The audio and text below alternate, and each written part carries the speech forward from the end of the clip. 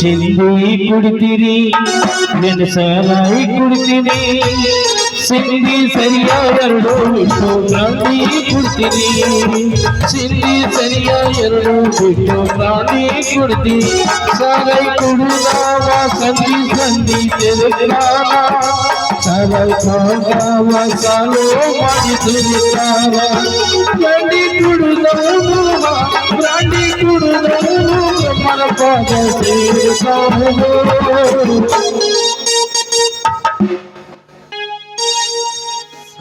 ಕುಡಿಬೇಕು, ಕುಡಿದು ಮಜಾ ಮಾಡಬೇಕು. ನಾವು ಯಾಕೆ ಸರಿ ಕುಡಿತೇವೆ ಅಂದ್ರೆ ಈ ದೇಶದ ಆಗು ಹೋಗುಗಳ ವಿಚಾರ ಮಾಡಾಕ ಸರಿ ಕುಡಿತೀವಿ. ಫುಲ್ ಟೈಟ್ ಆಗಿ ಗಟ್ರ ದಂಡಿಗೆ ಮಲ್ಕೋತೀವಿ.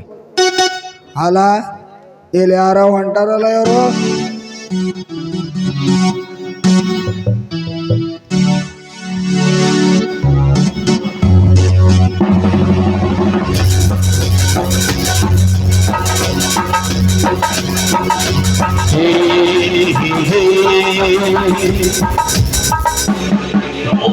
ಏನು ಕಾರ್ಬಾರಿ ಯಾವಲೇ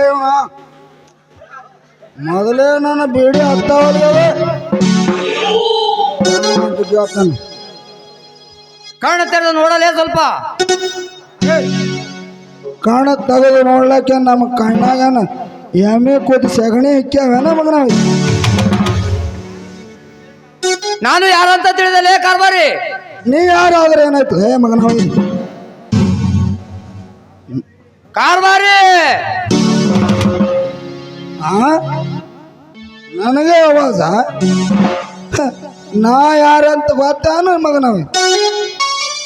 ಶ್ರೀಮಾನ್ ಸಿಕ್ಕವ್ರ ತಲೆ ಹಿಡಿಯುವ ಚಕ್ರವರ್ತಿ ಚಂದ್ರೇಗೌಡ್ರ ಕೈಯಾನ ಪಿಯ ಇದ್ದ ಮಗನವ ಇದಿ. ನೋ ಆವಾಜ್ ನೋ ಸೌಂಡ್. ಏ ಕಾರ್ಬಾರಿ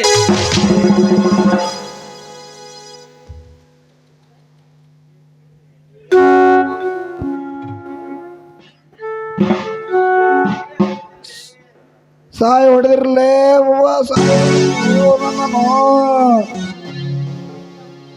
ಅಪ್ಪ ಸಾಹೇಬ್ರೆ ನೀವ ನಮಸ್ಕಾರ ರೀ.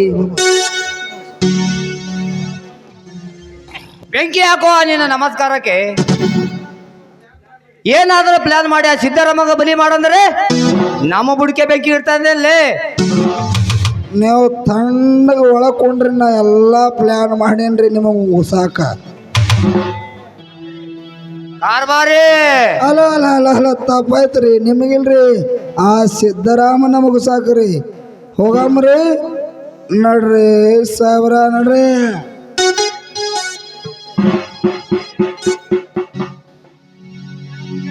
ಏನಂತ ಕೇಳ್ತೀಯಲ್ಲೋ? ಕತಾಮ್ ಲಾಜ್ನಲ್ಲಿ ಯಶವಂತನನ್ನು ಕೊಲೆ ಮಾಡಿ ವಿಡಿಯೋ ಕ್ಯಾಸೆಟ್ಟ ಭೀಮನ ಮಗನ ಮನೆಗೆ ಕಳಿಸಿದೆ ಅಂತಲ್ಲೇ? ಕಳಿಸಿಲ್ರಿ ಸಾಹೇಬ್ರ, ನೀವು ಸೋಮ ತಣ್ಣಗೆ ಕೊಡ್ರಿ.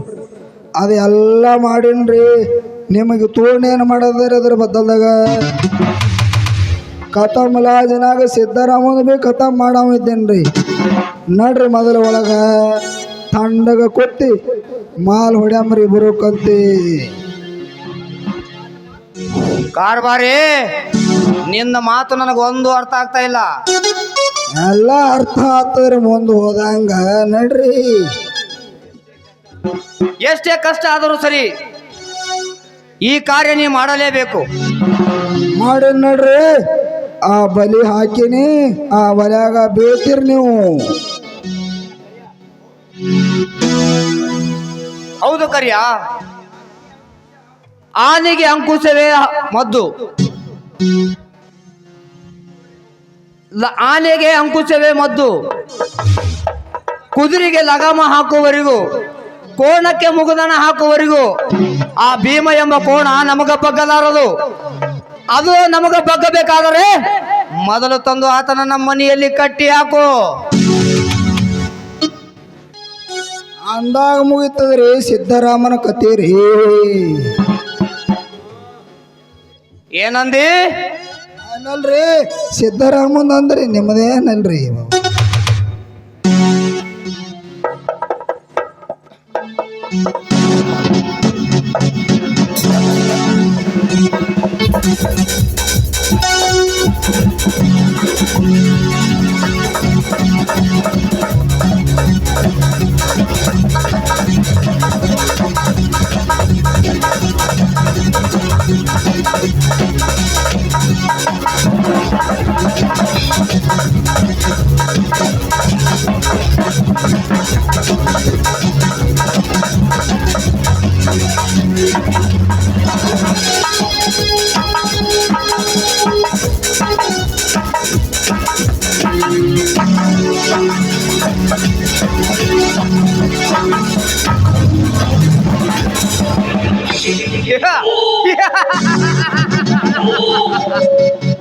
ಬಲ ಭೀಮ, ಈಗಲಾದರೂ ಚೆನ್ನಾಗಿ ಅರ್ಥ ಮಾಡಿಕೊಂಡಿದೇನೋ?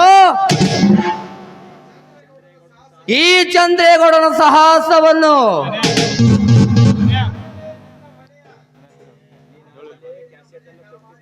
ನಾನು ಆಗಲೇ ನನ್ನ ಕಾರ್ಬಾರಿನ ಮನೆಗೆ ಕಳಿಸಿದಾಗ ನೀನು ಕ್ಯಾಸೆಟ್ ಕೊಟ್ಟಿದರೆ ನಿನಗೆ ಇಂಥ ಸ್ಥಿತಿ ಬರ್ತಾ ಇರಲಿಲ್ಲ. ಹೇಳು ಮರ್ಯಾದೆಯಿಂದ, ಈಗಲಾದರೂ ಕರೆ ಹೇಳು. ಈಗಲಾದರೂ ಕೊಡದಿದ್ದರೆ ನಿನ್ನನ್ನು ಕಟ್ಟಿ ನಿನ್ನ ಮೈ ಚರ್ಮ ಸುಲಿಬೇಕಾಗುತ್ತದೆ. ಎಚ್ಚರ. ಲೇ ಸೌಕಾರ, ನಿನ್ನ ಯಾವುದೇ ಸೇಡಿಗೆ ನನ್ನ ಕಟ್ಟಿ ಹಾಕಿ ಹೊಡೆದರೆ ನಿನ್ನನ್ನು ಸುಡದೆ ಬಿಡಲಾರೆ. ಇದುವರೆಗೆ ಈ ಗೌಡನ ಯಾರು ಮಾತನಾಡದ ಸಂದರ್ಭದಲ್ಲಿ ನನಗೆ ಮಾತನಾಡುತ್ತೀಯಾ? ಕುಂದೆ ಬಾಯಿ ಮುಚ್ಚಲೇ ದುರಾಚಾರಿ. ಕಂಡ ಹೆಣ್ಣು ಮಕ್ಕಳನ್ನು ಕಾಮ ದೃಷ್ಟಿಯಿಂದ ನೋಡುವ ನೀನೊಬ್ಬ ದುರಹಂಕಾರಿ. ಅವರೇ ಹೆಣ್ಣು ಮಕ್ಕಳ ನೋಡುವ ನೀನೊಬ್ಬ ದುರಹಂಕಾರಿ. ಪ್ರಾಣ ಸ್ನೇಹಿತನೇ ಕತ್ತಲು ಕೊಯ್ಯುವ ನೀನೊಬ್ಬ ಕಟುಕ. ಅಷ್ಟೇ ಅಲ್ಲ, ನೀನೊಬ್ಬ ರಾಕ್ಷಸ.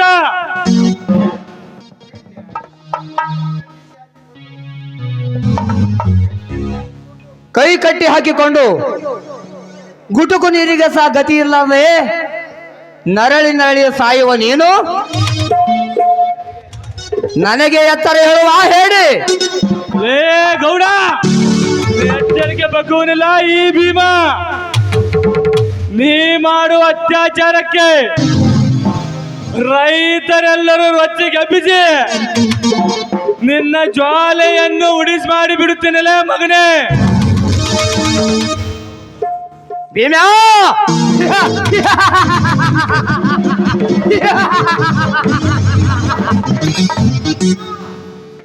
ಏ ಭೀಮಾ,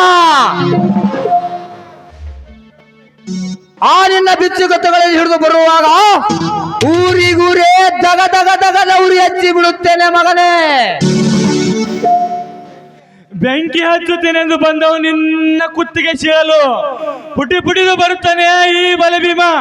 ಮಗನೇ, ಬಿಚ್ಚಿ ನೋಡಲೇ ಈ ಹುಲಿಯನ್ನು ಒಮ್ಮೆ ಆದರೂ. ನಿನ್ನಂತ ಕೊಳ್ಳು ಬೆದರಿಕೆಗೆ ಹೆದರುವ ನಾನಲ್ಲೋ. ನೀನು ಒಳ್ಳೆ ಮಾತಿನಿಂದ ಕ್ಯಾಸೆಟ್ ಕೊಟ್ಟರೆ ಸರಿ, ಇಲ್ಲವಾದರೆ ನಿನ್ನ ಕುತ್ತಿಗೆ ಕಟ್ಟಿಸ್ಕೋಬೇಡ. ಹುಷ ಲೇ ಗೌಡ, ಆ ನಿಮ್ಮ ಕುತ್ತಿ ನನ್ನ ಕುತ್ತಿಗೆಗೆ ಬರುವುದರೊಳಗಾಗಿ ನಿಮ್ಮನ್ನು ಭಸ್ಮ ಮಾಡಿ ಬಿಡುತ್ತೇನೆ ಮಗನೇ. ಬಿಚ್ಚಿ ನೋಡು ಈ ಹುಲಿಯನ್ನು ಒಮ್ಮೆ ಆದರೂ.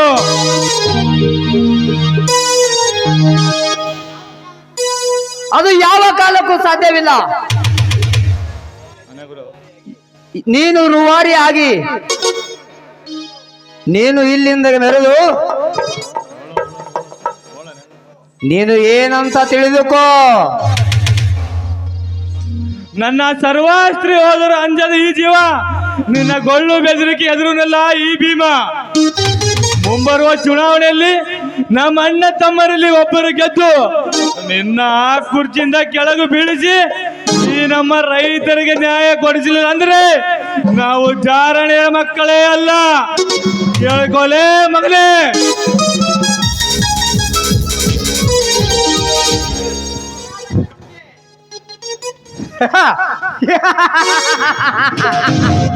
ಅಧಿಕಾರ ಗದ್ದುಗೆ ಒಂದು ಕನಸು ಕಾಣ್ತಿರುವಲ್ಲೇ ಬಡವ, ನಿನಗೆ ಯಾಕೋ ಹುಚ್ಚು ಹಿಡಿತಾದಂತ ಕಾಣುತ್ತದೆ. ತುತ್ತು ಅನ್ನಕ್ಕ ಗತಿ ಇಲ್ಲದೆ ಚುನಾವಣೆ ಪ್ರತಿನಿಧಿ ಆಗುವ್ಯಾ ಬಡವ? ಗೌಡ, ನನ್ನ ಮೇಲೆ ಅಧಿಕಾರ ನಡೆಸಲಿಕ್ಕೂ ಧೈರ್ಯ ಬೇಕಲ್ಲ ಮಗನೇ. ನಿನಗೆಲ್ಲಿದೆ ಆ ಧೈರ್ಯ? ಈ ರೈತ ಬಿಸಿಲು ಮಳಿ ಗಾಳಿ ಅನ್ನದೇ ಬೆಳಿತಾನೆ ಈ ರೈತ. ಅದಲ್ಲದೆ ಈ ಜಗತ್ತಿಗೆ ಅನ್ನ ಹಾಕುತ್ತಾನೆ ಈ ರೈತ. ಅದಲ್ಲ ನಿನ್ನ ಬಡವನಿಗೆ ಏನು ಗೊತ್ತಾಗಬೇಕಲ್ಲ ಮಗನೇ. ನನಗೆ ಎತ್ತರ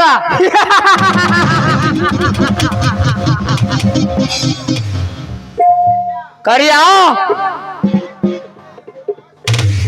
ಸಾಯಕ್ಕಂತ ಸಿದ್ಧವಾಗುತ್ತದೆ ಬಡವ, ತೆಗೆದುಕೊಂಡು ಬಾ.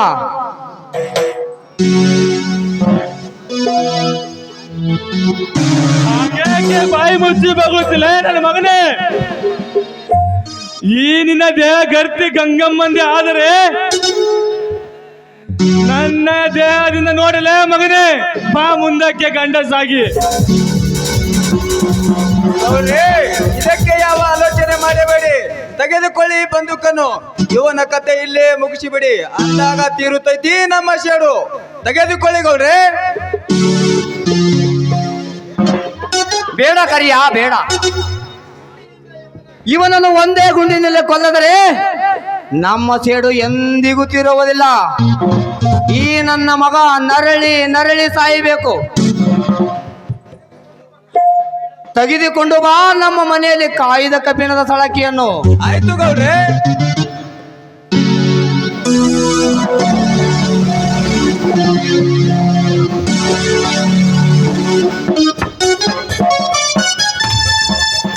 ಲೇ ಗೌಡ, ಎಂದಾದರೂ ಒಂದಿನ ಸತ್ತು ಈ ಜೀವ ನಿನ್ನ ಗೊಳ್ಳು ಬೆದರಿಕೆ ಎದುರುನಿಲ್ಲಲೇ. ಸತ್ತರೆ ಕ್ರಾಂತಿವೀರ ಸಂಗೊಳ್ಳಿ ರಾಯಣ್ಣಂತೆ ಸಾಯ್ತೀನಿ ವಿನ ನಿಮ್ಮಂತ ಬ್ರಿಟಿಷರ ಜಾತಿಗೆ ಶರಣಾಗಲಾರೆ.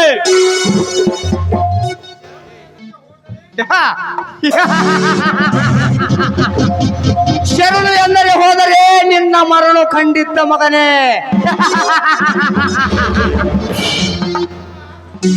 ದೀಪ ಆರುವ ಮುನ್ನೆ ಪ್ರಜ್ವಲಿಸಿ ನಿನ್ನ ಕುತ್ತಗಿ ಚೀರಾಡಲೇ ಮಗನೇ, ಚೀರಾಡು.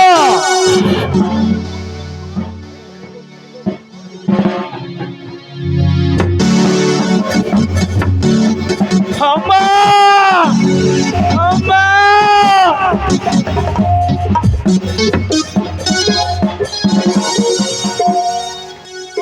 ತಮ್ಮ ಏನಿಲ್ಲ ಸ್ಥಿತಿ ಏನಾಗಿದೆ? ಅಣ್ಣ, ಆವಾಗ ಕ್ಯಾಸೆಟ್ ವಿಷಯ ಹೇಳಿದಿದ್ರೆ ನಾನು ಕೇಳ್ತಾ ಇರ್ಲಿಲ್ವೇನಣ್ಣ. ಯಾವುದೋ ಕ್ಯಾಸೆಟ್ ವಿಷಯ ತೆಗೆದು ಈಗ ಅವನು ನನ್ನನ್ನು ಕಟ್ಟಿ ಹೊಡಿತಾ ಇದ್ದೇನಣ್ಣ, ಕಟ್ಟಿ ಹೊಡಿತಾ ಇದ್ದಾನೆ. ತಮ್ಮ, ನನಗಾಗಿ ನೀನು ಇಷ್ಟೊಂದು ಶಿಕ್ಷೆ ಅನುಭವಿಸುತ್ತಿರುವೆಯಾ ತಮ್ಮ? ನಾನೆಂತ ಪಾಪಿ, ನಾನೆಂತ ಪಾಪಿ.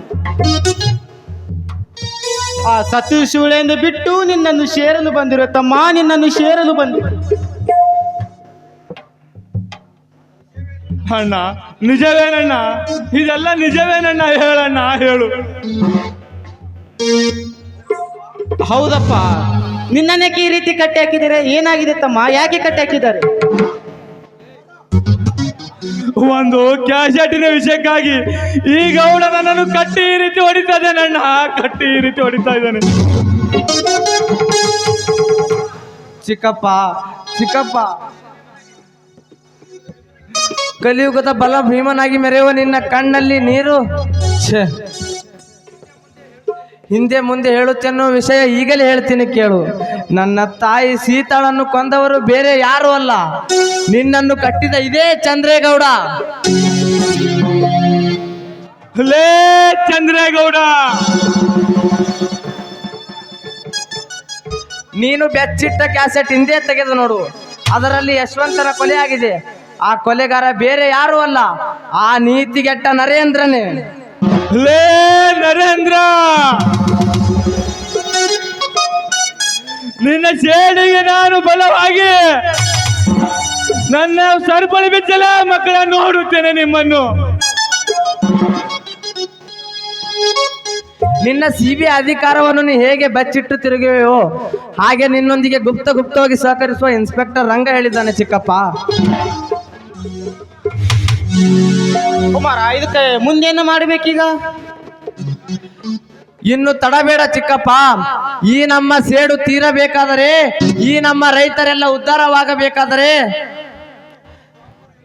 ನೀನು ಈ ದ್ವಾಪರ ಯುಗದ ಕುಂತಿಪುತ್ರ ಬಲ ಭೀಮನಾಗಲೇಬೇಕು.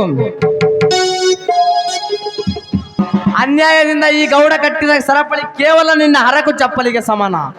ಚಿಕ್ಕಪ್ಪ, ನಿನ್ನ ಹೆತ್ತ ತಾಯಿಯನ್ನು ನೆನೆದು ಜಾಡಿಸುವುದೇ ಈ ಸರಪಳಿಯನ್ನು. ಅಮ್ಮ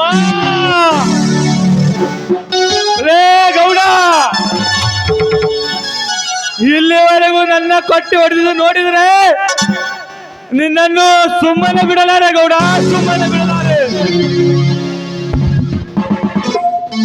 ನನ್ನ ಮನೆತನಕ್ಕೆ ಮಾಡಿದ ಅನ್ಯಾಯವನ್ನು ನೋಡಿದರೆ ನಿನ್ನನ್ನು ಕಟ್ಟಿ ಸೆಳಿ ಹೊಡೆಯಬೇಕಾಗುತ್ತದೆ ಮಗನೇ.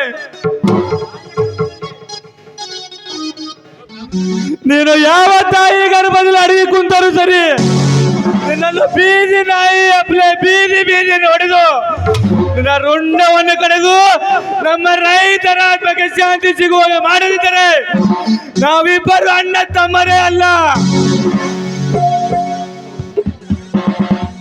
ಅಣ್ಣ ಕುಮಾರ, ನಡೀರಿ ನಾವು ಇನ್ನ ಮನೆಗೆ ಹೋಗೋಣ.